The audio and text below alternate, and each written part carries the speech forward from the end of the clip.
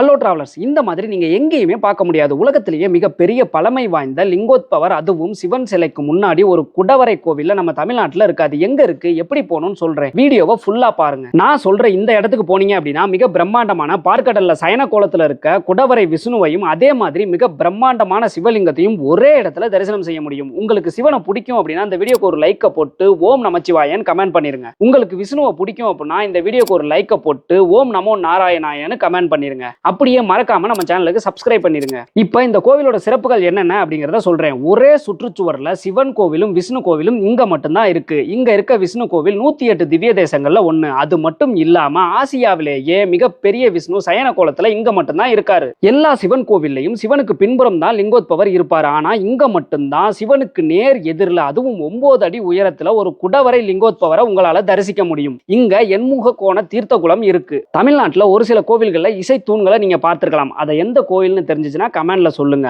ஆனா இந்த கோவில்ல இசை கல்வெட்டுகளை உங்களால பார்க்க முடியும். விஷ்ணுவை பார்க்கடல்ல பள்ளி கொண்ட மாதிரி சயன கோலத்திலையும் திருப்பதியில நீங்க பாக்குற மாதிரி நின்ற கோலத்திலையும் இந்த ஒரே கோவில்ல உங்களால பார்க்க முடியும். ஸ்ரீரங்க ரங்கநாதர் கோவிலை விட மிகவும் பழமை வாய்ந்த கோவில். அதனாலேயே இந்த கோவிலை ஆதிரங்கம் அப்படின்னு கூப்பிடுறாங்க. இவ்வளவு பழமை வாய்ந்த வரலாற்று சிறப்பு மிக்க கோவில் எங்க இருக்கு அப்படின்னு பாத்தீங்கன்னா புதுக்கோட்டையில இருந்து ஜஸ்ட் 19 கிலோமீட்டர் தொலைவில் இருக்க திருமயத்துல தான் லொகேட் ஆயிருக்கு. இந்த கோவிலோட வரலாறை பத்தி நாங்க டீட்டெயிலா சொல்லியிருக்கோம். மறக்காம போய் ஃபுல் வீடியோல பாருங்க. பாய்.